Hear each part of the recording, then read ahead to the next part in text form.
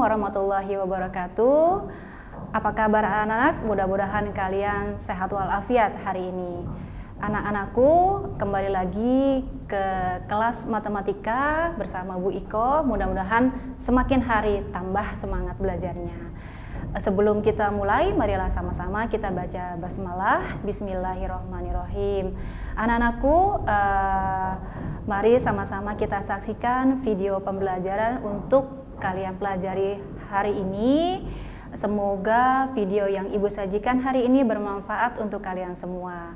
Tetap semangat belajar matematikanya, tambah semangat dari hari ke hari. Yuk kita saksikan. Assalamualaikum warahmatullahi wabarakatuh. Anak-anakku sekalian, sekarang ini kalian berada di fase F ya. Nah, untuk salah satu materi dari fase F ini adalah tentang bunga majemuk atau anuitas ya. Nah, ini adalah aplikasi atau penerapan dari barisan dan deret.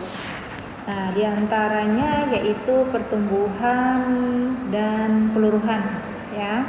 Nah, untuk materi barisan dan deret sendiri sudah kalian pelajari di SMP ya, di kelas 10 juga mungkin kalian sudah mendapatkan materi ini. Oke, nah kita akan bahas satu-satu ya. Pertama kita akan membahas yaitu tentang pertumbuhan. Nah, contoh dari kehidupan sehari-hari yang bisa kalian temukan untuk mempelajari pertumbuhan ini diantaranya yaitu perkembangan bakteri. Dan yang kedua adalah pertumbuhan penduduk ya. Perkembangan bakteri pernah kalian pelajari di biologi ya.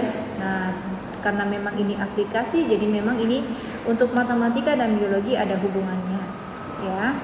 Oke, untuk formula dari rumus pertumbuhan aritmatika, nah bisa kalian dapati di sini adalah MN-nya itu MO dikali 1 ditambah IN. Atau bisa juga kita gunakan MN sama dengan MO ditambah BN. Oke, kita akan kupas satu-satu pengertiannya. MN itu adalah jumlah ya, jumlah nilai suatu objek setelah N waktu. Ya, ini MN. Nah, kalau MO itu adalah nilai suatu objek mula-mula, sedangkan IN itu adalah persentase pertumbuhan. Nah, untuk istilah formula yang lain mungkin kalian mengenal yang namanya BN ya. BN itu adalah nilai beda pertumbuhan. N-nya itu apa? N-nya itu adalah jangka waktu pertumbuhan ya. Nah, kalau untuk pertumbuhan geometri ya, untuk pertumbuhan geometri kita gunakan formula ini. MN sama dengan MO dikali 1 ditambah I dipangkatkan N ya. Nah, kalau untuk geometri kita mengenal yang namanya R ya anak-anak ya, masih ingat ya? R itu adalah rasio. Nah, rasio itu masih ingat? Rasio itu adalah beda suku kedua dibagi suku pertama, suku ketiga dibagi suku kedua dan seterusnya. Oke, I-nya sama dengan yang tadi, MO-nya sama, MN-nya sama, dan N-nya juga sama. N-nya adalah jangka waktu pertumbuhan. Oke, kita next ya. Ibu akan memberikan contoh-contoh di sini. Contoh pertama, nah karena memang ini aplikasi, jadi memang kita banyak ke soal-soal cerita ya anak-anak ya. Dan ini mungkin aplikasinya nanti digunakan di pelajaran ekonomi, pelajaran biologi, dan seterusnya dalam kehidupan sehari-hari. Oke, Elsa mulai bekerja pada suatu perusahaan pada awal tahun 2005 dengan gaji permulaan sebesar 3 juta rupiah. Jika dia mendapatkan kenaikan gaji secara berkala setiap tahunnya sebesar 200.000, maka berapakah gaji yang diterima Elsa pada awal tahun 2011? Oke. Nah, dari soal di sini, dari pernyataan di sini kita bisa ambil bahwa di statement soalnya adalah 3 juta. Ya, 3 juta bisa kita MO ya, gitu kita. MO itu adalah MO-nya adalah 3 juta. Nah, kemudian berapa sih B-nya? Jadi karena B-nya itu ada berkala ya anak-anak, dan itu bernilai tetap. Jadi kenaikannya sebesar 200.000 itu, jadi setiap tahunnya 200.000, tahun depannya naik lagi 200.000 dan seterusnya. Ya, ini B-nya. Oke, lanjut.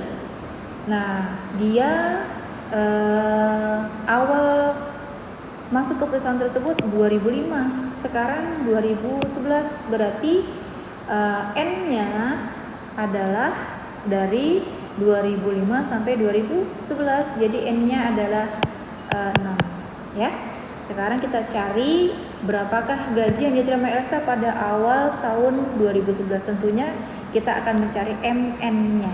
M berapa? M6 ya. Oke. MO-nya 3 juta. MO-nya 3 juta ditambah BN-nya. B-nya adalah 200.000, N-nya adalah 6. Jadi B kali N. Ya, 1.200.000 ditambah 3 juta. Jadi gaji yang diterima Elsa pada awal tahun 2011 sebesar 4.200.000 rupiah. Ya, bagaimana? Mudah ya, bisa dipahami ya. Oke, mudah-mudahan kalian bisa memahami dengan baik ya. Oke, lanjut ya anak-anak ya. Ibu hapus dulu. Lanjut, kita masuk ke contoh kedua. Nah, ini sering banget nih, sering banget. Dulu mungkin waktu kalian kelas SMP ini pernah ya, ibu yakin pernah menemui soal seperti ini. Nah, ini hubungan matematika dengan biologi ya. Jadi memang matematika itu adalah cabang dari ilmu pengetahuan, sehingga bisa ditemukan di semua pengetahuan, termasuk salah satunya di antara biologi. Oke, kita mulai. Contoh yang kedua ya. Bakteri di sini, koloni bakteri membelah menjadi 2 setiap 5 menit. Ya, ini clue-cluenya. Jika pada permulaan terdapat 90 bakteri, maka tentukanlah jumlah bakteri setelah setengah jam. Nah, berarti dia kan nambah setiap setengah jam itu, dia nambah setiap 5 menit itu membelah menjadi 2. Berarti selama setengah jam itu dia akan membelah berapa kali? Ya, seperti itu. Oke. Nah, di sini berarti MO-nya adalah 90 ya. Di sini MO-nya adalah 90 anak-anak. Tuh, MO-nya adalah 90. Kemudian R-nya adalah rasionya itu adalah 2. Ya, dia membelah menjadi 2 rasionya. Kemudian N-nya itu adalah 6. 6 dari mana ya? 6 itu setengah jam itu kan kalau 5 menit berarti ada 6 kali. Ya. Jadi MO-nya itu adalah MN-nya adalah MO 90 dikali R-nya 2, N-nya 6 berarti 90 dikali 64. Nah, ini anak-anak di sini ada kekeliruan penulisannya. Jadi memang kita harus cermat nih. MO sama MO dikali R pangkat N. Nah, di sini pangkat ya anak-anak ya, bukannya kali. Kalau ini kan berarti 2 kali 6 ya.